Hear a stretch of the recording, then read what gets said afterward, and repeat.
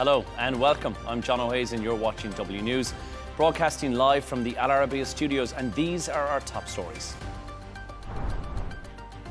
Australian police investigate a Philippines trip taken by the Bondi Beach suspects as one of the alleged gunmen wakes up from his coma. The Kremlin claims to have no understanding of agreements made between the US and Russia in Berlin.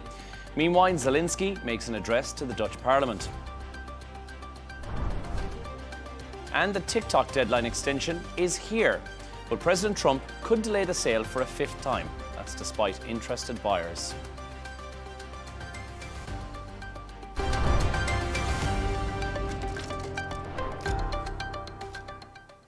To our top story, police in Australia say the two gunmen responsible for the Bondi Beach attack were inspired by Islamic State and are currently investigating links. Sajid and Naveed Akram travelled to the Philippines before the assault. Police are looking into the purpose of the trip. Patrick Falk has this report. More details are emerging about the motive behind Australia's deadliest shooting in 3 decades. Now, some of the evidence which is being procured, including the presence of Islamic State flags in the vehicle that has been seized, are a part of that. Radical perversion of Islam is absolutely a problem. At a press conference today, police said the father and son duo, Sajid and Naveed Akram, had travelled to the Philippines last month. Islamic State-linked networks are known to operate in the country, though their influence is thought to have weakened in recent years. Reports also say 24-year-old Naveed Akram has woken up from a coma in hospital and is now being questioned. Meanwhile, mourners gathered at Bondi Beach on Tuesday to pay tribute to victims. Among them, former Prime Minister John Howard. As questions are being raised over gun reform, Howard said he didn't want it to become a diversion. There's little doubt that since October the 7th, 2023, not enough has been done by those who command authority and respect in our society to prevent, cauterise and denounce the spread of anti-Semitism. Police are also looking into how the attackers obtained a gun licence despite suspected links between Naveed Akram and an Islamic State cell. Patrick Falk, Al Arabiya English. Let's get more on this story with Al Arabiya English presenter Catalina Marchand de Abreu, who joins us live in the studio. First of all, thanks for joining us. To pick up the conversation from where Patrick left off on this, we know that the firearms were held legally. These attackers were known to the police, Catalina. So what fell down? Did the system fail here, or what's happened? That's right, John. So some details on that. The younger suspect, the 24-year-old Naveed Akram, was actually previously known to Federal Security Service in Australia. He was actually investigated for 6 months by the Australian Intelligence Organization back in 2019. This because of his connections with 2 different individuals that had ties to the Islamic State terrorism cell based in Sydney. So this probe finally concluded with no evidence of radicalization back then. Let's fast forward to now, where the suspect was not actually under active surveillance at the time of the attack. Neither him, neither was his father. So now there's been a lot of debate on imposing stricter gun laws in Australia following this attack, of course. Australia actually has some of the world's strictest gun laws in the world already, that they were imposed back in 1996 following another tragedy there when a gunman killed 35 people in an attack in Tasmania. So this model has been cited internationally, even by Barack Obama, for gun control as a model. And the country has had 0 mass shootings in more than over 2 decades since this 1996 attack. So this Bondi Beach attack does come as a surprise. Hence, hours after the attack, Australia will actually work towards even stricter gun measures. One of the proposed reforms for gun measures now being discussed is to limit the number of guns one person can own, and this relates directly to the attackers here, since the father in the duo, 50-year-old Sajid Akram, actually possessed 6 different registered firearms. That's one of the loopholes, actually, that the police will be investigating to know the exact circumstances that led up to this event. Catalina, the victims, because this is the real tragedy here. We know about 3 newly named victims.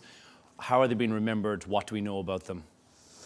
That's right, John. 3 more victims were named out of this Bondi shooting attack. They were named as Edith Brutman and couple Boris and Sofia Gurman. The latter is also being remembered as heroes in this attack, as dramatic footage has emerged showing, I don't know if we could see the footage on air, but emerged showing the couple and the now 2 victims who were killed while trying to stop one of the gunmen during the early stages of this attack. So the footage was actually posted to social media by a Sydney resident whose dash cam actually unexpectedly caught this moment, where we see the moment where Boris tackles the shooter, Sajid Akram, that's the youngest one, as he emerged out from his car. Boris then appears to push him to the road and wrestle the gun from his hands, a bit like we saw with Ahmed al-Ahmed. So Sofia was also involved in the confrontation. The 2 victims who courageously fought off the attacker had been married for 34 years, with their 35th wedding anniversary approaching now. So this is significant footage, this dashcam footage, and today is the first time we're seeing this as well. Are police using this for any specific purpose? Is this very significant to see this dashcam footage? There is a huge symbolic significance, of course. We saw all the courageous act, as I mentioned, of Ahmed al-Ahmed, the Australian Syrian hero who was able to disarm the father in the duo that ultimately led to the final moments of this horrific attack. But we now know that he wasn't alone. This comes to show that we don't know everything about this attack that's still being investigated. There's still so many images coming out of social media, footage of people that were there, little by little showing the heroic acts of the people there. I think in the image we can also see that the shooter was carrying an Islamic State flag in his car. The concerns for the recent trip to the Philippines as well, which is again more information we mentioned at the very start of this story. How are police treating that? So the police is now focusing on 2 major lines of inquiry that have emerged in this investigation. One is, as you say, this trip made by the attackers to the Philippines right before the massacre. And the second is that the 2 Islamic State flags reported by officials as being found in the car that was registered to one of the gunmen parked close to where the Bondi attack took place. So a link has actually been suggested between the 2 because the Philippines, and more specifically, as they say, the southern island of Mindanao, where the duo had apparently traveled, has struggled since the 1980s with Islamist violent extremism. So authorities from the Philippines say that the pair arrived there on November 1st and flew back to Sydney on November 28th. It's still unknown what the 2 men did there. One theory being studied, did the men spend their time overseas in company of other experienced Islamist militants being radicalized, or as a type of military training? And then were they inspired to execute this attack? This is one theory that's being studied, but reasons why they went to the Philippines and the purpose are still under investigation. Well, thank you so much, Catalina, for your insight on that there. We must leave it. Thank you so much.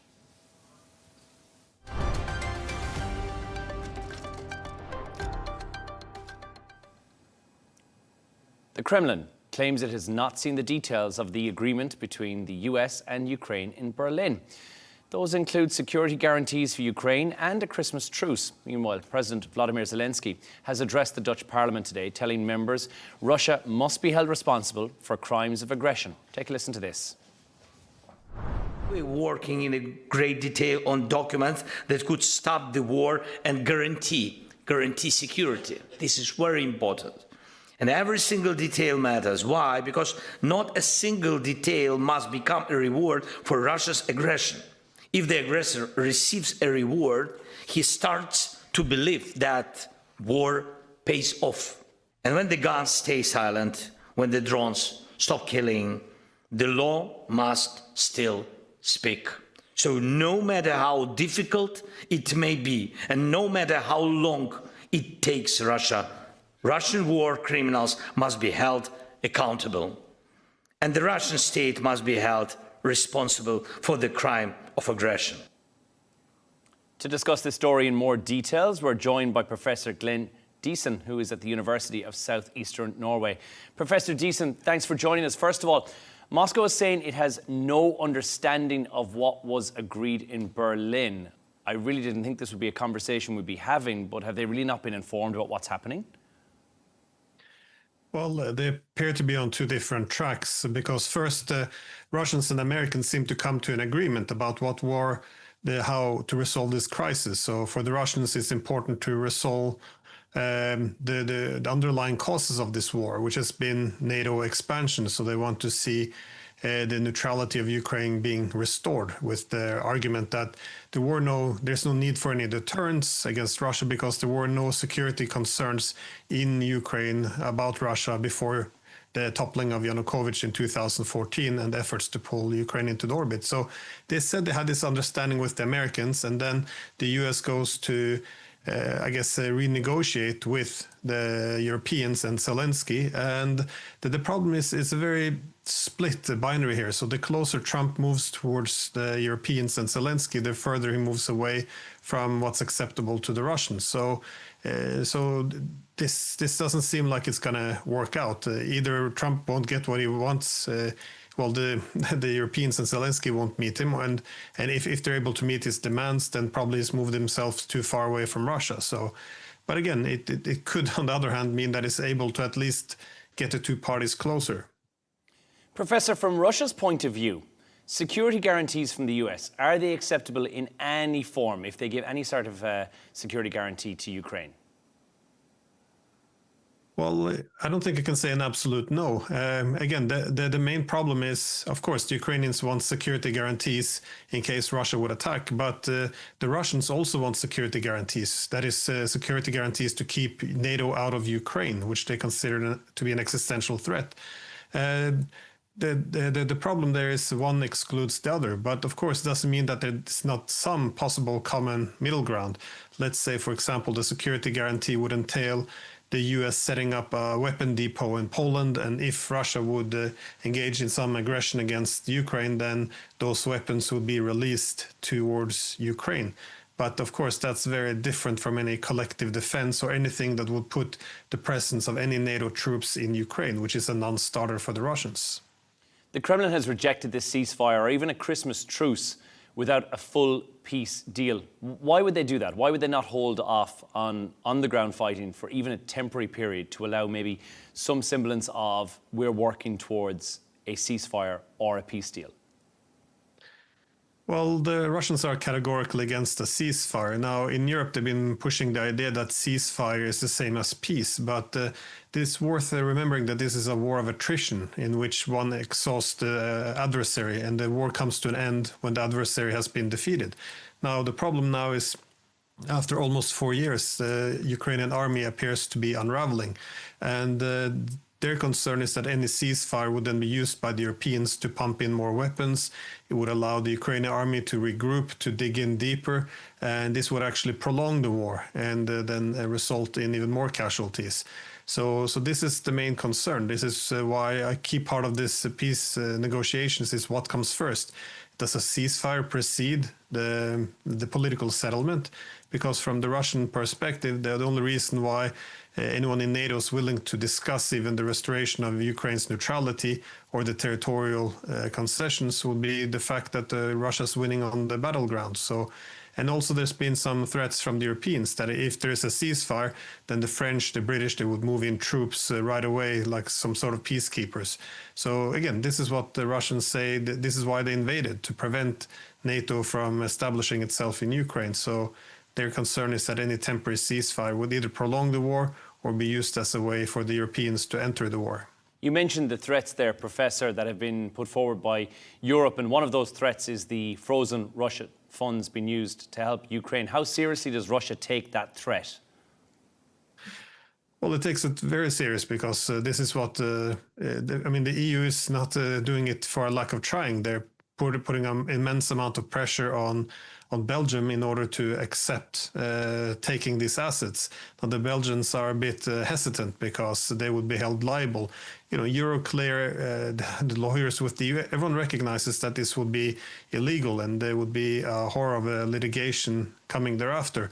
And so no, there will be immense consequences. Now, the Russians, of course, will react quite negatively to this. Also, the Americans no longer seem to favor this, because if you steal then the Russian assets, it's going to be very difficult to get a proper peace agreement, because the Russians will assume or expect that their assets should be unfrozen and returned once this war is over. If the Europeans go this way of trying to actually legalize the theft of them, then it would be a massive obstacle to ever ending this conflict. So this is a key problem, but also one where we see the Americans used to be inclined or favor this, but now they're shifting more away from it. Professor Glenn Diesen, Norwegian professor at the University of Southeastern Norway in Oslo, thank you for joining us. Let's continue this conversation with John Kavulich, who is the senior editor for outcome modelling analysis at Issue Insight. John, to you on this, what did the US and Ukraine actually achieve in Berlin over the weekend? It's been a big one. There's been many dinners, many hangouts with many leaders, but what's actually been happening? What's gone on? They're able to say that they've created another statement. They're able to say that they've had another meeting of the coalition of the willing, the determined, the hopeful, etc. And they have put on paper more specificity than the past. However, you still have, and as one White House official has said, we're 90% there. Well, what is that last 10%? The last 10% is how to deal with territory. But that's the most important 10%. And so if they're pushing that off to the side, and President Zelenskyy is continuing to maintain that they're not going to allow it, not going to approve it, not going to say it's okay, pretend it's okay, they just don't want it, then you have a long way to go in this process. John, these security guarantees that are being flouted around once again, what's unresolved when it comes to those, even if Ukraine does look at dropping its backed plans for a NATO membership? The number one problem with discussion of security guarantees by leadership of NATO, leadership of the European Union, and I include, the Brussels leadership, and politicians, is they haven't read Article 5 of the NATO Charter. They keep talking about providing NATO light, NATO-like, NATO similar to Article 5. And the Ukrainians are saying, this is great for us. Well, if you read Article 5 does not require a NATO member to do anything militarily to support another NATO member. Zero. Anything that is done when a member says Article 5 is up to the individual member. And ironically, that language, basically giving every member a way out, was at the insistence of the United States when NATO was created in 1945. So now, when Ukraine and the countries, including the White House, is saying, well, we're giving platinum version of NATO Article 5 and that, President Trump is not going to sign anything, is not going to submit anything to Congress or the U.S. Senate for approval that doesn't give him an out. And I'll leave with, he's done this previously where there's legislation now in the U.S. Senate that is about strengthening sanctions. It's about giving the president more power to do multilateral sanctions, to target India and target China, really beef everything up. But the president's people insisted that it include a carve-out that would allow the president to determine whether or not he has to do it. And the same thing's going to happen with this Article 5 in all of the countries that are going to be submitting it to their parliaments and legislators. John, do you really think peace talks are realistic at all when these drone attacks, the missile attacks, they're continuing while we're here having the conversation about potentially a peace process?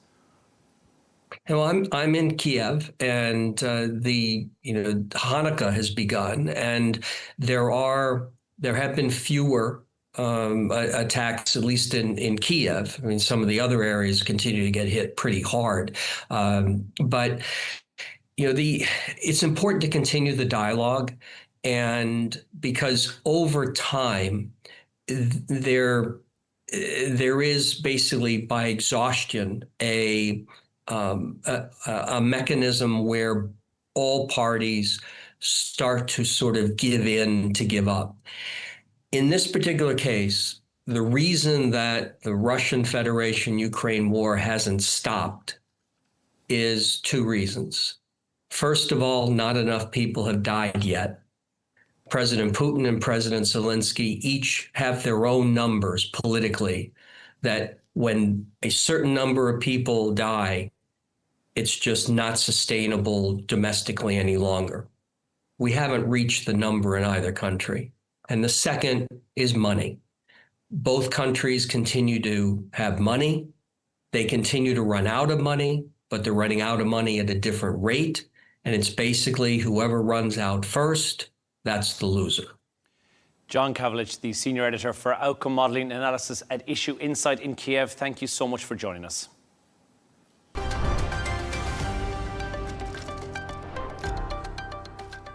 All right, let's take a look at some of the other stories making the headlines today.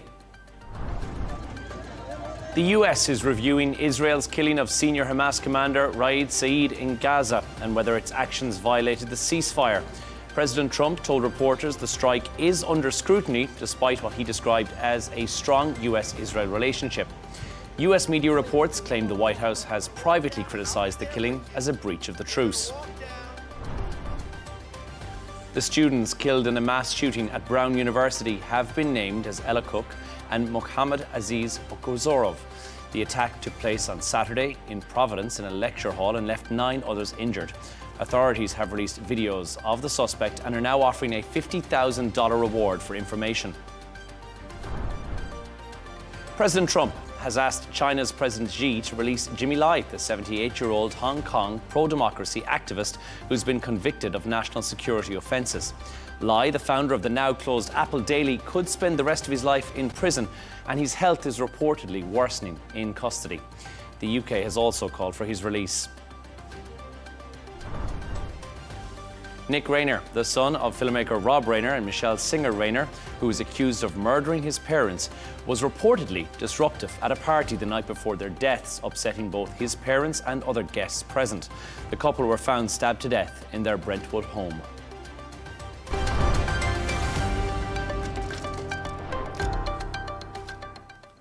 The US president has filed a $10 billion lawsuit against the BBC over an edit of his 6th of January Capitol speech that was used in the Panorama documentary. In Florida, a court document shows that Trump accuses the British broadcaster of defamation and violating a trade practice law.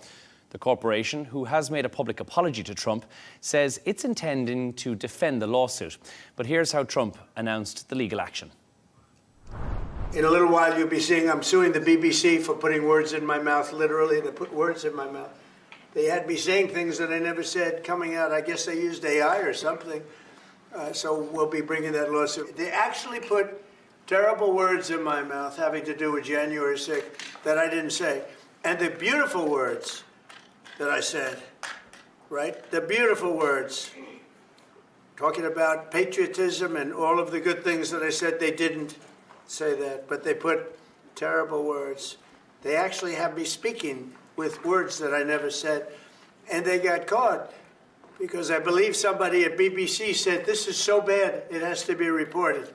That's called fake news. Let's go live to our Washington correspondent to speak to Nick Harper. Nick, well, President Trump has made good on that promise to sue the BBC. What's he saying about this? Why are the damages that he's seeking so astronomically high?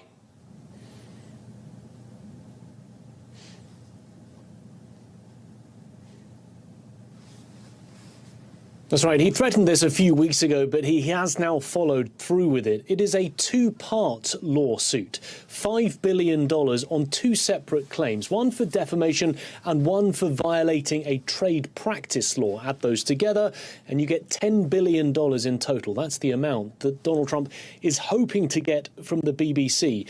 He's accused them of intentionally, maliciously and deceptively doctoring his speech. Now, this speech that got put out on the BBC show Panorama spliced together two parts of that January 6th speech, two parts that actually took place in real time, 50 minutes apart. The first part was where he said that he would walk down to the Capitol. The second part was where he said that he would fight like hell. But of course, in that edit, it seemed as if he said those two things together, all within the space of just seconds, suggesting that he was threatening physical violence. However, as we heard there, he's also suggesting that the BBC used AI. However, those are words that Donald Trump said. They just happened to be spliced together in a way that he didn't say them in real time. However, he wants $10 billion from the BBC and is hoping that his lawsuit will prove successful. I don't think we envisage this coming to fruition, but what has the response been from the BBC about all of this?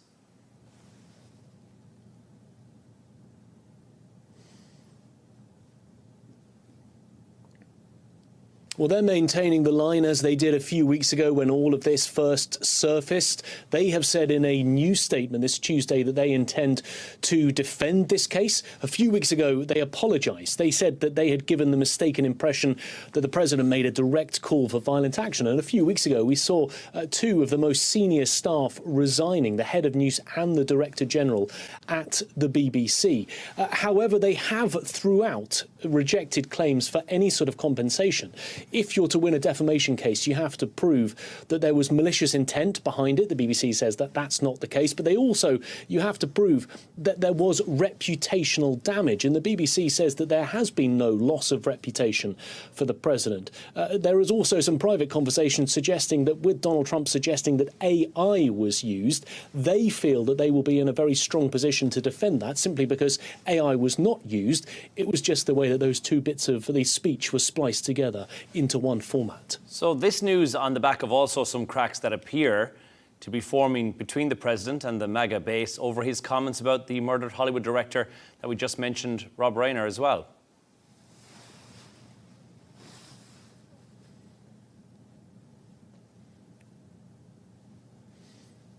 That's right, yeah. Donald Trump, he's not known for apologising or walking back comments. He often decides to take the second approach, which is doubling down. And that's what we saw during the course of Monday. Obviously, Rob Reiner and his wife were murdered over the course of the weekend. He was an outspoken critic of Donald Trump. He was also a Democratic Party fundraiser. So there was bad blood between Rob Reiner and the president. However, Donald Trump on social media on Monday said that Rob Reiner had died because of the anger that he'd stirred up. He said that he had Trump derangement syndrome, that was a massive, unyielding, incurable affliction with a mind-crippling disease. And that set people off on social media. Then, a few hours later, in the Oval Office, he didn't apologise, he didn't walk back those comments. He instead doubled down and again used that word deranged when describing Rob Reiner. And many within his own party, the Republican Party, his MAGA movement, were particularly unhappy that these were very inflammatory comments coming off the back of this terrible tragedy. And of course, at a time when rather than mourning Rob Reiner, the president was making it all about himself. Now, also angering the MAGA base is the latest AI regulation plans from the Donald Trump administration. What's causing the rift here? What's it all about?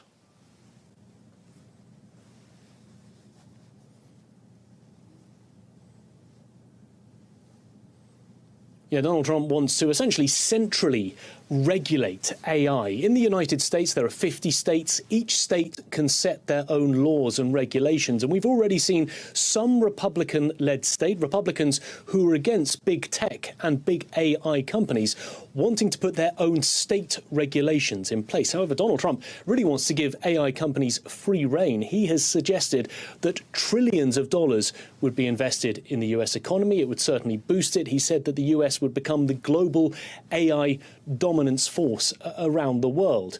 But he is now at odds with many Republican lawmakers in different states who really want to rein back the control and the power that these AI companies have. No solution yet, but the president is suggesting that he would have the power to sue the states if they go against his bidding. Nick Harper, live in Washington. Thank you so much for joining us.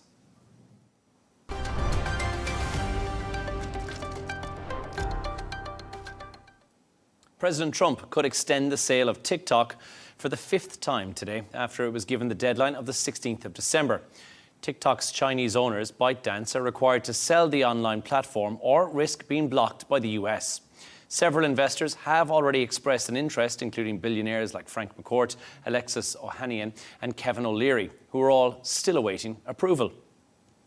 We're going to go live now to Florida to speak to the chairman of Americans for Fair Taxation, that's Steve Hayes.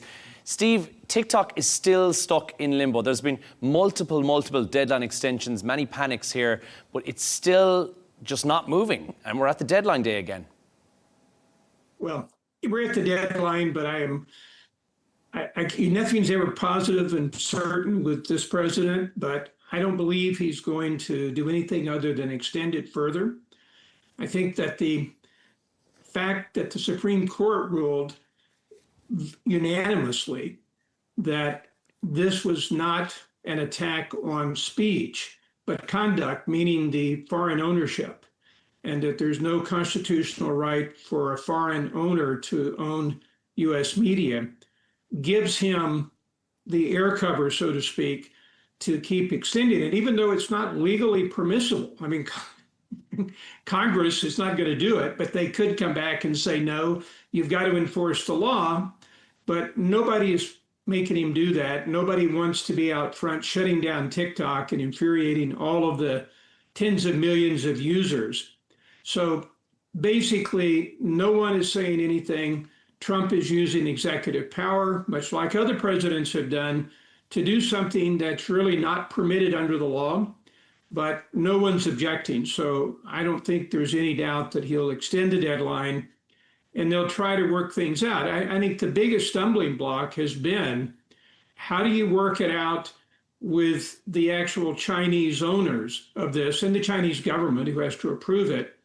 Even though they're down to maybe a 15 to 20% interest, there is still concern that they might be able to obtain the data, which is the subject of this entire act, is to prevent them from doing so. So I think it's going to be extended, but we'll see. How real are those national security concerns that the US has about ByteDance and about the Chinese influence? Is it really something to be concerned about? I've read pros and cons on that argument. I mean, I've had people say absolutely it's real. There is a lot of information that they could probably glean from other sources through being on Instagram and all. But the real thing that I think comes into play here is that they can get through their algorithms a lot of data that would otherwise not be available to them. They can look at something that's coming out and they can see a trend and they can potentially look at that data and say, well, we've got a huge number of young Americans who are interested in whatever the area is and target through their algorithm those types of things and thus influence the behavior, not just free speech, but actually influence behavior, much like Google, Facebook, YouTube did during the last COVID situation and through the last election. So it's something that says it's not the content, it's the conduct, meaning the foreign ownership. So if it were owned by a US person doing that, they wouldn't stop them. They might object to it, but they did not try to take over Facebook. They did not try to take over Google or YouTube or whatever. They basically say, and the way the law got upheld was simply because there have been many precedents where foreign ownership of media in the US has been not allowed, and Supreme Court has upheld those bans. So this is simply a continuation of that ban, and that's why you got a unanimous court. Steve, just to play devil's advocate on that, the shift of power then would move to being concentrated among a small group of US tech investors, which is a very real possibility. Is that then also a concern in terms of the algorithm and how that's fabricated towards specific agendas? Absolutely it is. But what I'm saying is that into this particular situation, it's almost like you said, devil's advocate. It's the devil you know, not the devil that you don't know. Like, you don't know what the Chinese are going to do, but you have to assume it's not going to be in the best interest of the United States.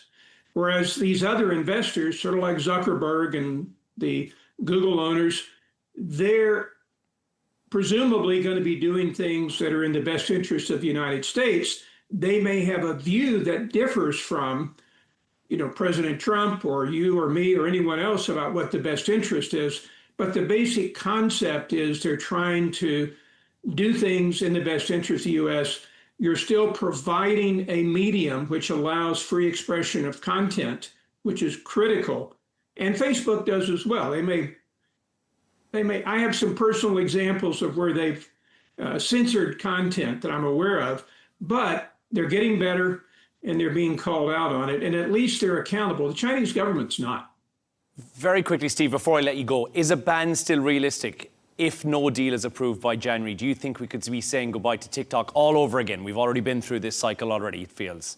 I honestly don't think so, because you're going into an election year and you've got tens of millions of users who are going to be very upset. So no, I don't think it's realistic. I think you're going to see the ban extended, and I think you're going to see some type of arrangement in the first quarter of next year. Well, Steve Hayes, Chairman of Americans for Fair Taxation, thanks for joining us on W News.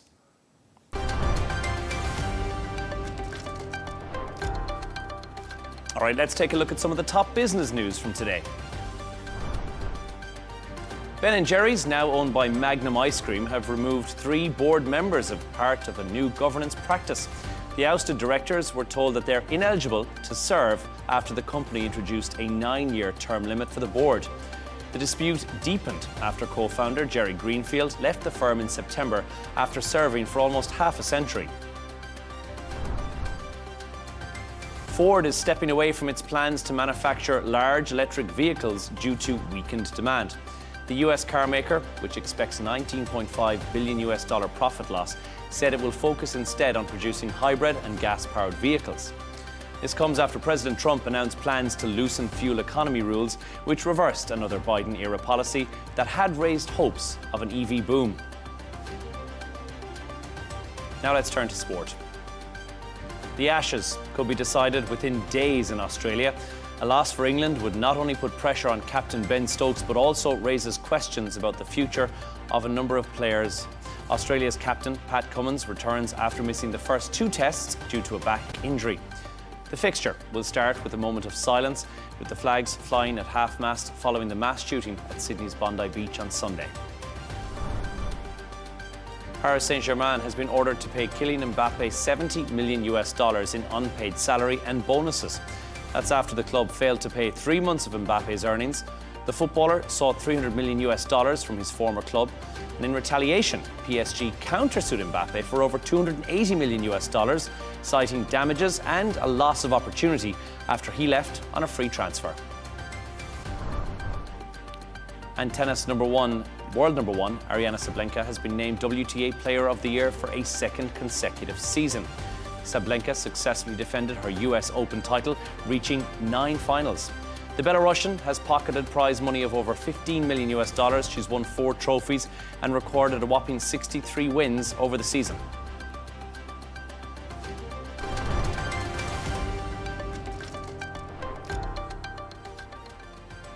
And a reminder of our top stories this evening. Australian police investigate a Philippines trip taken by Bondi Beach suspects as one of the alleged gunmen wakes up from his coma. The Kremlin claims to have no understanding of agreements made between the US and Russia in Berlin. Meanwhile, Vladimir Zelenskyy has addressed the Dutch Parliament. And the TikTok deadline extension is here, but President Trump could delay the sale for the 5th time. That's despite interested buyers. That's all from us now on W News, but don't forget you can subscribe to our YouTube channel and follow us on X. Counterpoints with Melinda Nusafora is coming up next, and we're back in just a couple of hours with W News Extra. But for now, goodbye.